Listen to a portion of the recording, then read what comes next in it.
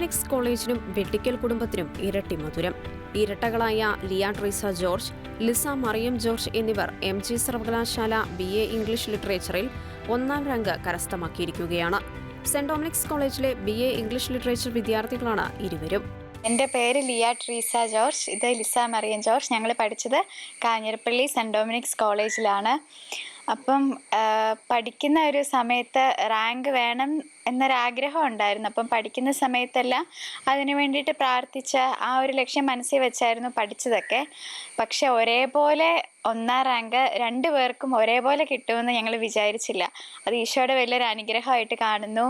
അപ്പം ഞങ്ങളുടെ തന്നെ കഴിവ് കൊണ്ട് അല്ല ഒരിക്കലും ഇത് കിട്ടിയത്. ഇപ്പം മറിച്ച് ഈശോയുടെ വലിയൊരു കൃപയുണ്ട്. അതുകൂടാതെ ഒരുപാട് സന്തോഷമായി. ആദ്യം ഈ റിസൾട്ട് അറിഞ്ഞപ്പോൾ ആദ്യം ശരിക്കും സർപ്രൈസ്ഡ് ആയത് ഞങ്ങൾ തന്നെയാണ്. ചെറുപ്പം തൊട്ടേ ഞങ്ങൾ ഒന്നിച്ചാണ് പഠിച്ചുകൊണ്ടിരുന്നത്. പിന്നെ 2 പേർക്കും ഇംഗ്ലീഷ് നല്ല ഇഷ്ടമായിരുന്നു. പിന്നെ ചെറുപ്പം തൊട്ടേ ഇംഗ്ലീഷിന് എല്ലാ എക്സാമിനും നല്ല മാർക്ക് സ്കോർ ചെയ്യാൻ പറ്റിയിരുന്നു. പിന്നെ ലിറ്ററേച്ചർ ഞങ്ങൾക്ക് 2 പേർക്കും ഇഷ്ടമാണ്. പിന്നെ നല്ലൊരു ജോബ് ഓപ്പർച്യൂണിറ്റി ഉള്ളൊരു ഫീൽഡാണ് ഈ ലിറ്ററേച്ചർ ഫീൽഡ് എന്ന് പറയുന്നത്. പിന്നെ ലിയക്കാണ് ആദ്യം ലിറ്ററേച്ചറിനോടൊരു ഇഷ്ടമൊക്കെ തോന്നിയത്. പിന്നെ ഞാനും അതിലേക്ക് ചേരാമെന്ന് വെച്ചു. കാരണം ഞങ്ങൾ എപ്പോഴും ഒരുപോലെ പഠിക്കുന്നു.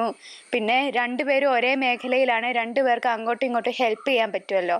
അങ്ങനെ ആ ഒരു ഇതിലാണ് 2 പേരും സെയിം ഡിഗ്രി എടുത്തത്. അതല്ലാതെ ഇപ്പം ഞങ്ങൾക്ക് അങ്ങനെ നീറ്റ്, കീമോ പോലുള്ള എക്സാംസിനോടൊന്നും താല്പര്യമായിരുന്നു. Medical field താല്പര്യമില്ലായിരുന്നു. അപ്പോൾ എങ്ങനെയും ഒരു നല്ല ഗവൺമെൻറ് ജോലിയായിരുന്നു ഞങ്ങളുടെ ഒരു എയിം എന്ന് പറയുന്നത്. ഇപ്പോൾ ഒരു ഗവൺമെൻറ് ജോലിയാണ്. അപ്പം അങ്ങനെ ആ ഒരു തരത്തിലോട്ട് പോകാനാണേലും ഇംഗ്ലീഷ് ലിറ്ററേച്ചർ ഹെൽപ്പ് ചെയ്യുമെന്ന് തോന്നി. അതുകൊണ്ടാണ് 2 പേരും മെയിനായിട്ട് ഇംഗ്ലീഷ് ലിറ്ററേച്ചർ ചൂസ് ചെയ്തത്. എത്രയും പെട്ടെന്ന് നല്ലൊരു ഗവൺമെൻറ് ജോലി നേടണം എന്നാണ് നിലവിലെ ആഗ്രഹം. അപ്പം SSC പോലുള്ള ജോബ് ഓറിയൻറ്റഡ് ആയിട്ടുള്ള കോമ്പറ്റീറ്റീവ് എക്സാംസ് ഒക്കെ എഴുതി എത്രയും പെട്ടെന്ന് ഒരു നല്ല ജോലി നേടണം എന്നാണ് ആഗ്രഹം. ആ ആഗ്രഹമായിട്ട് മുന്നോട്ട് പോകാനാണ് നിലവിൽ തീരുമാനിച്ചിരിക്കുന്നത്. സിവിൽ സർവീസിന് ട്രൈ നോക്കുന്നുണ്ടോ? ആഗ്രഹമുണ്ട്, തീർച്ചയായും ആഗ്രഹമുണ്ട്. ശ്രമിക്കും. 2 പേരും ഇനി ഒരുമിച്ച് തന്നെ നീങ്ങാനാണോ ആഗ്രഹിക്കുന്നത്, അതെയോ ഇനി വ്യത്യസ്തമായ വഴികൾ കൂടി പോകാനാണോ? ഒരുമിച്ച് നീങ്ങാനാണ് ഇഷ്ടം. ഞാൻ കേട്ടോട്ടെ, നിങ്ങളിപ്പം ഇവിടെ BAയുടെ അല്ലെങ്കിൽ ഡിഗ്രിയുടെ ഈ റിസൾട്ട് വന്നപ്പോൾ നിങ്ങൾ ഫസ്റ്റ് റാങ്ക് കിട്ടി. അതുപോലെ നിങ്ങളുടെ SLC +2 അത് ആ കാലങ്ങളിൽ നിങ്ങളുടെ മാർക്ക് എങ്ങനെയൊക്കെയായിരുന്നു? 10ാം ക്ലാസ്സിൽ ഫുൾ A+ ഉണ്ടായിരുന്നു. 2 പേർക്കും ഫുൾ A+ ഉണ്ടായിരുന്നു. +2ൽ 93%, 94% ആയിരുന്നു. അപ്പം 1% വ്യത്യാസമേ ഉള്ളൂ. അതല്ലാതെ ഒരു വിഷയത്തിന് A+ പോയായിരുന്നു. ആ A+ പോയതും സെയിം സബ്ജക്റ്റിന്, അതും ഒരേപോലെ ആയിരുന്നു. ഞങ്ങളുടെ പേരൻസാണ് ഞങ്ങളെ പള്ളിയായിട്ട് ഏറ്റവും കൂടുതൽ ചേർന്ന് നിൽക്കാൻ പ്രേരിപ്പിച്ചിട്ടുള്ളത്. അച്ചാച്ചൻ കൈക്കാരനാണ്, അമ്മ സൺഡേ സ്കൂൾ ടീച്ചറാണ്. അപ്പോൾ അവരുടെ ആ ഒരു പാതയിലൂടെ പിന്തുടർന്ന് പോകണം എന്നാണ് ഞങ്ങൾക്കും ആഗ്രഹം. പിന്നെ പഠിക്കുന്നതിന് മുൻപേയും എക്സാമിന് പോകുന്നതിന് മുൻപേയും അവരുടെ ബ്ലെസ്സിങ്സ് വാങ്ങി അവരെ കൊണ്ട് നെറ്റിയിൽ കുരിശ് വരപ്പിച്ചിട്ടായിരുന്നു ഞങ്ങൾ എക്സാമിനൊക്കെ പോയിക്കൊണ്ടിരുന്നത്. പിന്നെ എപ്പോഴും ഞങ്ങൾക്ക് വേണ്ടി അവർ ഒത്തിരി പ്രാർത്ഥിക്കും. പിന്നെ ഞങ്ങളുടെ ജീവിതത്തിലുണ്ടായ ഏറ്റവും വലിയ സന്തോഷം ഞങ്ങൾ ആദ്യം ഷെയർ ചെയ്തതും അച്ചാച്ചനോടും അമ്മയോടുമാണ്. അവർക്കും സന്തോഷമായി. പിന്നെ അവർ നന്നായിട്ട് കഷ്ടപ്പെടുന്നുണ്ട്. ഞങ്ങൾ നല്ലൊരു നിലയിലെത്താൻ അവർ 2 പേരും ഒരുപാട് ആഗ്രഹിക്കുന്നുണ്ട്. അപ്പോൾ അവരെ സന്തോഷിപ്പിച്ച് നല്ലൊരു ജോലി നേടി നന്നായി ജീവിക്കണം എന്നാണ് ആഗ്രഹം. സൺഡേ സ്കൂളിൽ പഠിക്കുന്ന ആ ഒരു സമയത്തൊക്കെ ആണെങ്കിൽ സ്കൂളിലെ പഠിത്തത്തിനോടൊപ്പം തന്നെ സൺഡേ സ്കൂളും കൊണ്ടുപോകാനായിട്ട് അങ്ങനെയായിരുന്നു. ഞങ്ങൾ 3 പേര്, ഞങ്ങൾക്കൊരു ബ്രദറുണ്ട്. അപ്പോൾ ഞങ്ങൾ 3 പേരും അങ്ങനെയായിരുന്നു പൊയ്ക്കൊണ്ടിരുന്നത്. പിന്നെ +2 കഴിഞ്ഞ ആ ഒരു സമയത്ത് ഞങ്ങൾ സൺഡേ സ്കൂളിൽ സ്റ്റാഫായിട്ട് സൺഡേ സ്കൂളിൽ പ്രവർത്തിക്കാനായിട്ട് കയറിയായിരുന്നു. ഇപ്പം അത് 3 വർഷമാകുന്നു. അപ്പം അതൊക്കെ വലിയൊരു അനുഗ്രഹമായിട്ട് കാണുന്നു. പിന്നെ അതല്ലാതെ യുവജന പ്രസ്ഥാനത്തിൽ SMYM zero Malabar youth movement അതിൽ സജീവമായിട്ട് പ്രവർത്തിക്കുന്ന ആൾക്കാരാണ്. പിന്നെ അങ്ങനത്തെ പള്ളിക്കൊയറിലുണ്ട്. പിന്നെ പള്ളിയോട് ചേർന്ന് പ്രവർത്തിക്കാനായിട്ട് ഞങ്ങൾക്ക് ഇഷ്ടമാണ്. ഞങ്ങളെങ്ങനെ വിളിക്കുന്നത് ഞങ്ങൾക്ക് ഇഷ്ടമാണ്, പോകാനും ഞങ്ങൾക്ക് ഇഷ്ടമാണ്. പിന്നെ വീട്ടിൽ നിന്നാണേലും അങ്ങനെ ഒരു കാര്യത്തിന് പോകുന്നതിന് ഒട്ടും എതിർപ്പില്ല. 100% അവർ നമ്മളെ സപ്പോർട്ട് ചെയ്യത്തേ ഉള്ളൂ.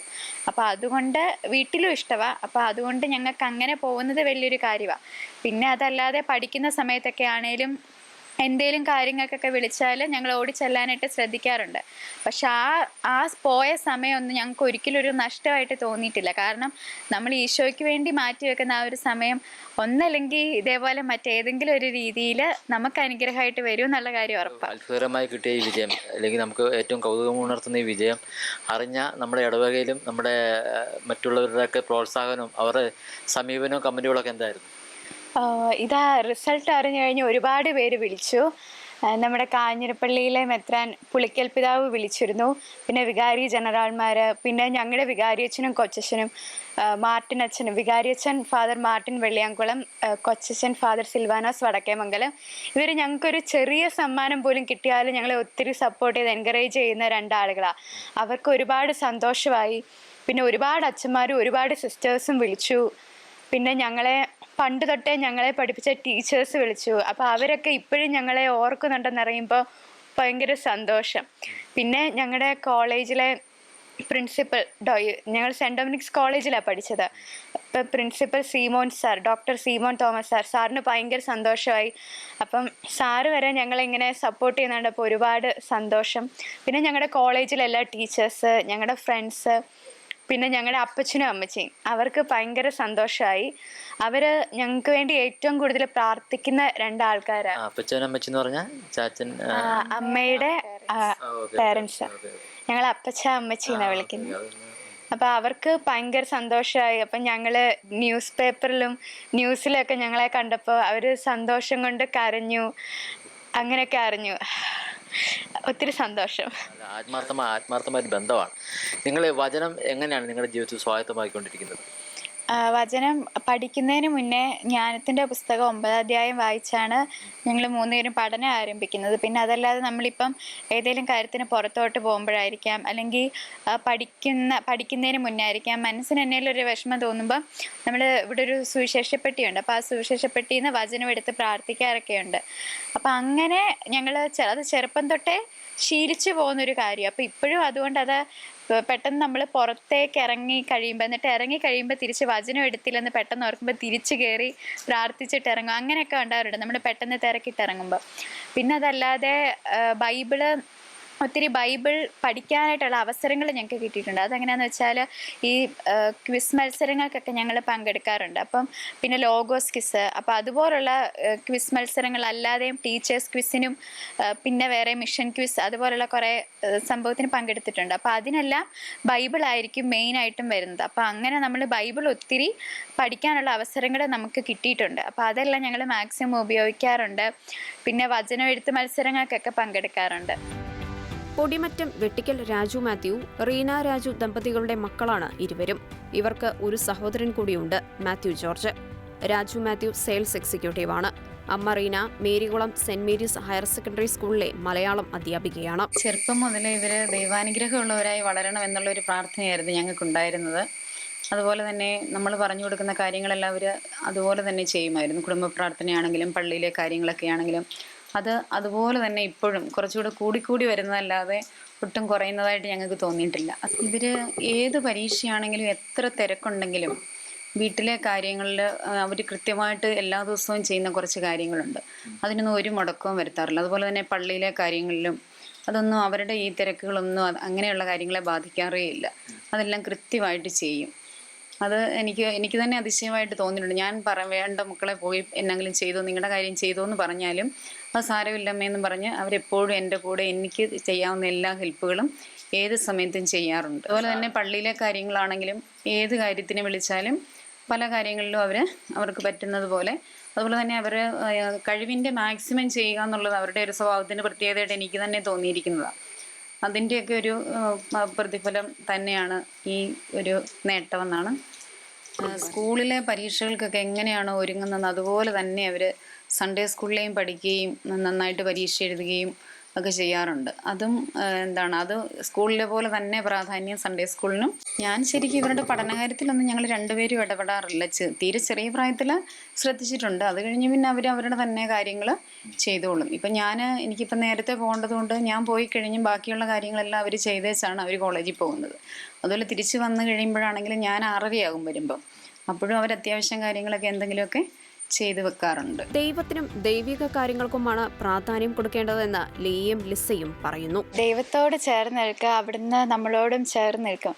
ആ ഒരു കാര്യം എനിക്ക് പറയാനുള്ളൂ. കാരണം നമ്മുടെ ജീവിതത്തിൽ ഏറ്റവും ഫസ്റ്റ് ഇമ്പോർട്ടൻസ് നമ്മുടെ ദൈവത്തിന് കൊടുക്കുക, ഈശോയ്ക്ക് കൊടുക്കുക. ഇപ്പം അങ്ങനെ ഉണ്ടല്ലോ. ഇപ്പം നമ്മൾ ഞായറാഴ്ചകളിൽ ഇപ്പം നമ്മൾ സൺഡേ സ്കൂളിനൊക്കെ മുന്നേ ആണെങ്കിലും കുർബാന കൂടിയിട്ട് കുർബാനയാണ് ഇമ്പോർട്ടൻറ്റ്. ഫസ്റ്റ് കാര്യം എന്ന് പറയുന്നത് കുർബാനയാണ്. സൺഡേ സ്കൂൾ ക്ലാസ്സുകൾ എന്ന് പറയുന്നത് അത് അതിൻ്റെ സെക്കൻഡറി ആയിട്ട് വരുന്നൊരു കാര്യമാണ്. അപ്പം ചിലപ്പോൾ നമ്മളൊക്കെ ഇങ്ങനെ കാണാറുണ്ടല്ലോ, ഇപ്പം കുർബാന കൂടാതെ സൺഡേ സ്കൂളിൻ്റെ സമയമാകുമ്പം ഓടി വരുന്ന അങ്ങനെയൊക്കെ നമ്മൾ കാണാറുണ്ട്, ചെറുതായിട്ട് കാണാറുണ്ട്. അപ്പം ഞായറാഴ്ച ആചരണം എന്ന് പറയുന്നത് ഇപ്പം നമ്മളിപ്പോൾ ക്രിസ്ത്യാനികളാണ്. ഇപ്പോൾ ഒരു ക്രിസ്ത്യാനിയുടെ ജീവിതത്തിൽ ഏറ്റവും ഇമ്പോർട്ടൻ്റ് ആയിട്ടുള്ള ഇപ്പം നമുക്ക് വിശ്രമത്തിൻ്റെ ദിവസം, സാബത്താചരണം, അപ്പോൾ അതെല്ലാം നമ്മുടെ ലൈഫിൽ വേണ്ട ഒരു കാര്യമാണ്. അപ്പോൾ ഞായറാഴ്ചയ്ക്ക് അതിൻ്റേതായ ഇമ്പോർട്ടൻസ് കൊടുക്കുക. ആ ദിവസം നമ്മൾ ഒരു കുർബാന, ഒരു മുഴുവൻ കുർബാന കാണുക. ഞായറാഴ്ചയെങ്കിലും ഒരു ദിവസമെങ്കിലും, ആഴ്ചയിൽ ഒരു ദിവസമെങ്കിലും നമ്മൾ അങ്ങനെ നമ്മുടെ സമയം മാറ്റിവെക്കുക. ബാക്കി എല്ലാ കാര്യത്തിനും നമുക്ക് സമയം ഉണ്ടായിരിക്കും. പക്ഷേ ദൈവത്തിന് വേണ്ടി ഒരു ഇച്ചിരി സമയം മാറ്റിവെക്കാൻ പലപ്പോഴും നമ്മൾ സമയം കണ്ടെത്താറില്ല. സമയം ഇല്ല എന്ന് പറയാൻ പറ്റില്ല, നമ്മൾ സമയം കണ്ടെത്തുന്നില്ല. അത് ഒരു വലിയ സത്യമാണ്. പിന്നെ അതല്ലാതെ ഇപ്പം നേരമില്ല എന്നൊരു കാര്യം, പള്ളിക്ക് കൊടുക്കാൻ നേരമില്ല അങ്ങനെ നമ്മൾ പറയാതിരിക്കുക. കാരണം ഇപ്പം നമ്മൾ ഈശോയ്ക്ക് കൊടുക്കുന്ന സമയം, ദൈവത്തിന് കൊടുക്കുന്ന സമയം നമുക്ക് ഒരിക്കലും നഷ്ടമായിട്ട് വരികയില്ല. അതൊന്നല്ലെങ്കിൽ മറ്റൊരു രീതിയിൽ നമുക്ക് അനുഗ്രഹമായിട്ടേ വരുള്ളൂ. പിന്നെ ഇപ്പം പഠിക്കാനുണ്ട്, അതുകൊണ്ട് പള്ളിയിൽ വരാൻ സമയമില്ല, അങ്ങനെയൊക്കെ നമ്മൾ കേൾക്കുന്നുണ്ട്. അപ്പം നമ്മൾ ആ ഒരു സമയം കൂടുതൽ പഠിച്ചു, അപ്പം അത് നമ്മൾ ആ സമയം കൂടുതൽ ഈശോയ്ക്ക് വേണ്ടിയിട്ട് പ്രാർത്ഥിക്കുവാണെങ്കിൽ അത് അതിൻ്റെ ഇരട്ടി, പഠിക്കുന്നതിലും ഇരട്ടി ഒരു പ്രതിഫലം നമുക്ക് ഈശോ തരും. പിന്നെ കൂട്ടായ്മ പ്രാർത്ഥനകളിലൊക്കെ സജീവമായിട്ട് പങ്കെടുക്കുക. നല്ല ആക്റ്റീവ് എനർജറ്റിക് ആയിട്ടുള്ള ഒരു യൂത്തിനെയാണ് ഈശോ ആഗ്രഹിക്കുന്നത്. പിന്നെ പള്ളിയിലെ യൂത്ത് മൂവ്മെൻറ്റ്സിലാണെങ്കിലും മിഷൻ ലീഗ് അതുപോലെയുള്ള സംഘടനാ പ്രവർത്തനങ്ങളിൽ സജീവമായിട്ട് പങ്കെടുക്കുക. പിന്നെ നമ്മുടെ ഒരു വീട് കഴിഞ്ഞാൽ നമ്മുടെ ഏറ്റവും ഇമ്പോർട്ടൻ്റ് ആയിട്ടുള്ള സ്ഥലം നമ്മുടെ ഇടവക പള്ളിയായിരിക്കണം. അപ്പോൾ പള്ളിയിലെ എല്ലാ കാര്യവും നമ്മുടെ കുടുംബത്തിൽ നടക്കുന്ന ഒരു കാര്യം പോലെ ചിന്തിക്കുകയാണെങ്കിൽ അതൊന്ന് സ്കിപ്പ് ചെയ്യാനായിട്ട് നമുക്ക് തോന്നത്തില്ലല്ലോ. അപ്പം ഈശോയ്ക്കും നമ്മുടെ ഇടവകയ്ക്കും എല്ലാം നമ്മുടെ ഒരു കുടുംബം പോലെ, ഒരു കുടുംബമായി കണ്ട് ജീവിച്ചാൽ ഇതിനെല്ലാം നമുക്ക് സാധിക്കും. ഇപ്പോൾ കൂടുമ്പോൾ ഇമ്പമുള്ളതാണ് കുടുംബം എന്നൊക്കെ പറയുമല്ലോ. അപ്പോൾ ഇപ്പോഴും ഈ ന്യൂക്ലിയർ ഫാമിലിയൊക്കെ വരുന്ന കാലത്ത് ഇങ്ങനെ ഒരുമ കുറയുന്നതായിട്ട് തോന്നാറുണ്ട്. പക്ഷേ ഞങ്ങൾ മക്കൾക്ക് ഞങ്ങളുടെ പേരൻസിൽ നിന്ന് അതിൽ നല്ല ശിക്ഷണം കിട്ടിയിട്ടുണ്ടെന്ന് എനിക്ക് ഉറപ്പാക്കാൻ കഴിയും. കാരണം ഞങ്ങളെപ്പോഴും ഒരുമിച്ചിരുന്നാണ് കുരിശ് വരയ്ക്കുന്നത്. എപ്പോഴും ഒരു ചെറിയ ചായ പോലും ഞങ്ങളെപ്പോഴും ഒരുമിച്ചിരുന്ന കഴിക്കുന്നത്. അപ്പോൾ അങ്ങനെ ഞങ്ങൾക്ക് ചെറുപ്പത്തിലെ നല്ലൊരു ട്രെയിനിങ് അച്ചാച്ചനും അമ്മയും തന്നിട്ടുണ്ട്. പിന്നെ ഒരുമിച്ചിരുന്ന് പ്രാർത്ഥിക്കുക, ഒരുമിച്ച് വർക്ക് ചെയ്യുക, ജോലികളൊക്കെ ഷെയർ ചെയ്യുക, പേരൻസിനോട് വീട്ടിലെ എല്ലാ ജോലികളും ചെയ്യുന്നുണ്ടോ? പിന്നെ നമ്മൾ അങ്ങനെ ഒരു ചെറിയ ചായ കുടിക്കാനിരിക്കുമ്പോഴാണെങ്കിൽ പോലും ആ ഒരു ഡൈനിങ് റൂം എന്ന് പറയുന്നത് ഞങ്ങൾക്ക് വളരെ ഇമ്പോർട്ടൻ്റാണ്. കാരണം ആ ഡൈനിങ് റൂമിൽ ഇരുന്ന് നമ്മൾ അന്ന് നമുക്ക് ഉണ്ടായിരുന്ന എല്ലാ കാര്യങ്ങളും നമ്മൾ ഷെയർ ചെയ്യാറുണ്ട്, അങ്ങോട്ടും ഇങ്ങോട്ടും. അച്ചാച്ചയും പറയും, അമ്മയും പറയും, ഞങ്ങളും പറയും. അപ്പോൾ അങ്ങനെ ഒരു കമ്മ്യൂണിക്കേഷൻ നല്ല രീതിയിൽ ഞങ്ങളുടെ ഫാമിലിയിൽ ഡെയിലി നടക്കാറുണ്ട്. പിന്നെ ഇപ്പം ഒരു യാത്ര പോകുമ്പോഴാണെങ്കിൽ പോലും, പ്രത്യേകിച്ച് ദൂരോട്ടൊക്കെ യാത്ര പോകുമ്പം ഞങ്ങളെപ്പോഴും കൊന്തയൊല്ലി പ്രാർത്ഥിച്ചാണ് പോകുന്നത്.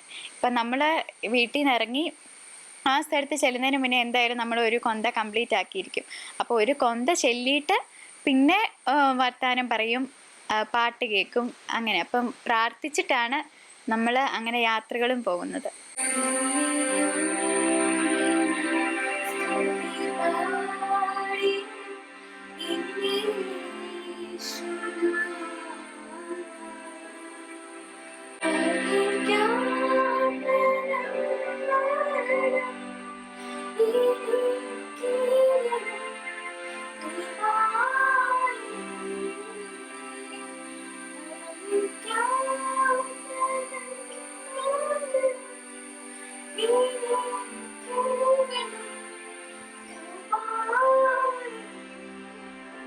ഷിക്കന ന്യൂസ്, കോട്ടയം.